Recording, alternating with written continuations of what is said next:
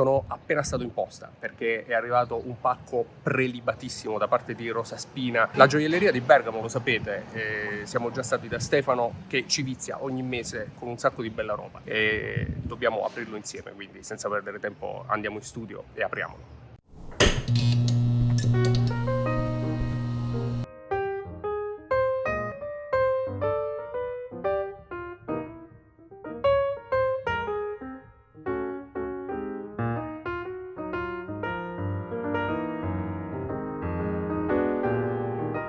Direttamente dalla gioielleria Rosa Spina di Bergamo, il gentilissimo Stefano mi ha finalmente mandato un altro pacco prelibato di orologi che volevo provare da un po' e finalmente ci siamo. E come sempre Stefano ci vizia perché mi ha mandato davvero un sacco di cosine belle da vedere. Chi mi segue su Instagram, e se non lo fate fatelo, toc.o'clock, avrà già visto che ho provato al polso questa bellezza qui.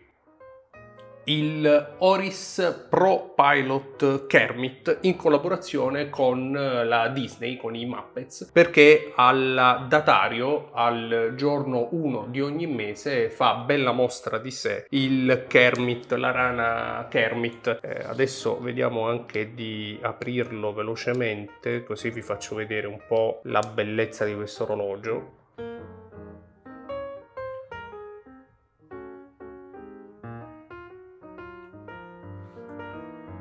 Eccolo qui, bellissimo, è troppo simpatico questo orologio. È un orologio che volevo provare da tempo perché questo verde acido mi stuzzica parecchio. Avrò gusti strani o staranno cambiando i miei gusti, ma gli orologi particolari, difficili da vedere al polso degli appassionati, magari perché sono bruttissimi per altri, però li trovo davvero sensazionali. Poi questo verde acido così particolare su una cassa completamente in titanio, calibro Oris 400 con 5 giorni di riserva di carica, è un orologio che trovo davvero molto bello, perfetto in qualsiasi collezione. La linea del Pro Pilot poi fa tutto il resto perché è una linea di Oris molto originale, molto personale, che si sposa anche con questa corona che ha un po' le zigherinature di una turbina di aereo e lo trovo davvero incredibile, soprattutto perché, ripeto, poi complice magari il caldo, complice l'estate, questo quadrante qui credo che spenga di fatto tutti gli altri, proprio letteralmente. Questo però è soltanto il primo orologio che ci ha mandato Rosa Spina, lo vedremo naturalmente in una recensione dedicata perché se la merita, però c'è anche altro, quindi andiamo a vedere un po' che cosa abbiamo ancora. Questo lo sistemiamo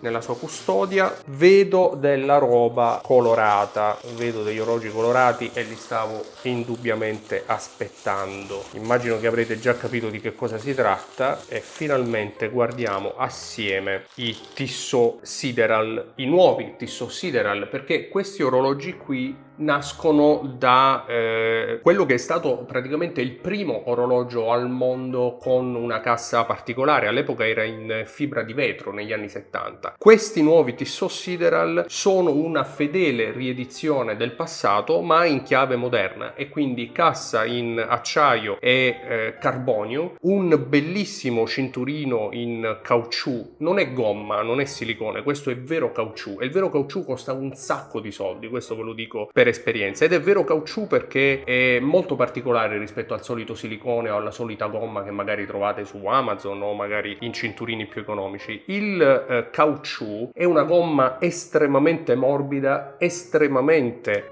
resistente, anche quando, guardate, è molto doppio, e guardate un po' come si piega da solo. Questo a dimostrazione del fatto che c'è ricerca di grande qualità in realtà, e quello che mi piace anche tantissimo di questo cinturino è questa particolare chiusura che adesso vi faccio vedere, dove praticamente i due cinturini, un po' alla Apple Watch forse, le due estremità vanno a chiudersi in questo modo, ma lo vedremo meglio anche in una recensione. E devo dire, io sono qui di lato, quindi mi vedete così, devo dire che al tatto, dietro il Powermatic 80, calibro diciamo di ultima concezione, certo scappamento in plastica, lo vogliamo chiamare così, diciamo così, ma comunque un calibro moderno, che offre 80 ore di riserva di carica, che non sono assolutamente poche. Considerate che un Rolex Daytona ne offre 72. Ora, stiamo parlando di calibri completamente diversi, però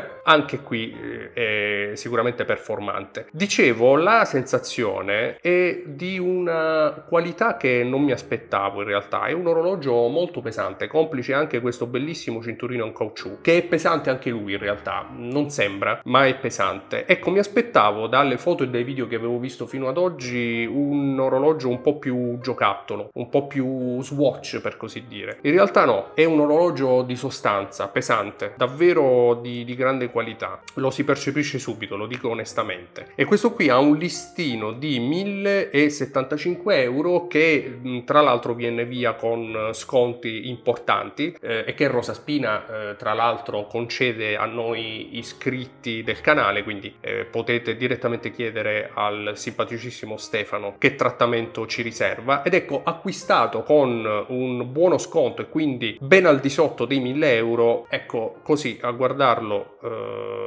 tra le mani ritengo che sia un acquisto per l'estate davvero perfetto. Comunque va provato e ci faremo una recensione. Mi sono anche dilungato troppo perché c'è anche altra roba da vedere, quindi senza perdere tempo, eccolo qui, il Tissot Sideral ma in colorazione blu, quella che secondo me è la colorazione migliore di questo orologio. Guardiamolo assieme. Io lo trovo bellissimo. In camera in realtà questo blu rende molto meno di ciò che è dal vivo, perché è meno elettrico di ciò che si vede in camera. In realtà è un blu molto molto profondo, molto marino, e tra l'altro questa è l'unica cassa dove le venature del carbonio sono del colore dell'orologio, in questo caso blu, mentre sui modelli giallo e rosso la cassa è tutta nera, e queste venature blu lo rendono davvero un orologio speciale, veramente bello. Anche qui sensazione del caucciù estremamente gradevole, veramente un cinturino di alta qualità. Vi dico subito che cinturini di questa qualità, di questo caucciù, altre aziende anche terze che per esempio realizzano questi cinturini per Rolex se li fanno pagare circa 300 euro solo il cinturino, e non è neanche marchiato. Sto parlando di Eversband Rubber Beat, quindi vi dico che acquistato a giusto prezzo con un bello sconto è un must, veramente veramente bello. Cassa anni 70, anche qui Powermatic 80 naturalmente, cambia il colore, e poi c'è anche la versione rossa di questo orologio, dove però la versione rossa ha una particolarità che mi piace meno, ovvero il rio della minuteria all'interno purtroppo non è di colore rosso, ma come potete vedere è di colore grigio, e quindi è molto più spento purtroppo della versione gialla e della versione blu. Versione blu che confermo essere veramente eccezionale, davvero eccezionalmente bella. Questo rosso non è male, ecco, però con questa colorazione qui onestamente io ci vedrei un cinturino in caucciù nero a questo punto. Ci fai un orologio nero, bello, serio, sempre buono, sempre perfetto per ogni occasione, e magari quello rosso lo si conserva per dare un po' di colore. Il problema però è che i cinturini così neri Tissot ancora non li fa, non lo so, magari potrebbe essere un'idea per il futuro. Un'altra cosa da dire, come dicevo, grande sensazione di qualità, diver 300 metri, non è un orologino questo qui, questo è un diver, ghiera unidirezionale 120 scatti in metallo mi pare di vedere, così come è in acciaio l'anello su cui poggia, e anche il fondello e l'anima interna alla cassa. Questo perché, essendo una cassa carbonio, un diver da 300 metri credo che tecnicamente abbia bisogno di accortezze, come anche la corona, diverse, quindi maggiori, per poter garantire determinate prestazioni. Bello, bello, ma il blu ha toccato il mio cuore. Li vedremo tutti e tre in una recensione, però mi pare di vedere che Stefano mi ha mandato in realtà anche un'altra cosa. Di che si tratta? Vediamo insieme, perché non so, questo mi sembra un quadrante conosciuto. Eh sì, questo è un Citizen quadrante inchiostro Fujifilm.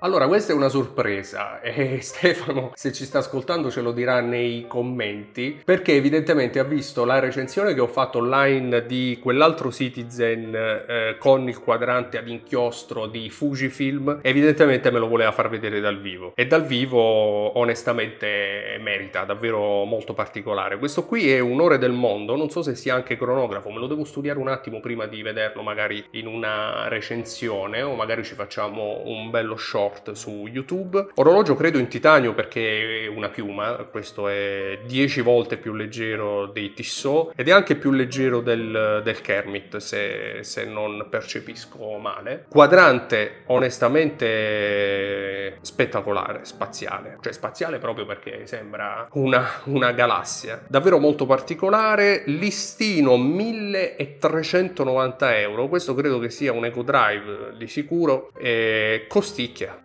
1390 euro sono soldi per un Citizen. E naturalmente Stefano, come dicevo, offre più che ottimi sconti per chi ci ascolta. Lo devo approfondire perché al di là, come potete vedere, anche lo spessore, naturalmente essendo un quarzo Eco Drive, è molto contenuto, anche perfettamente in orario, forse è anche diciamo già regolato, perché poi c'è poco da regolare una volta sistemati orologi di questo tipo, però lo voglio approfondire, ci facciamo sicuramente un video. Stefano, bella sorpresa, grazie. Ok, provo a non far danni. Queste sono le novità, oltre al Citizen quadrante Fujifilm che ci ha mandato Stefano, e ci rivediamo molto presto per una recensione di queste bellezze. Grazie per essere arrivati fin qui, se volete iscrivetevi, rimane sempre gratuito. Ci vediamo in una prossima puntata. Ciao!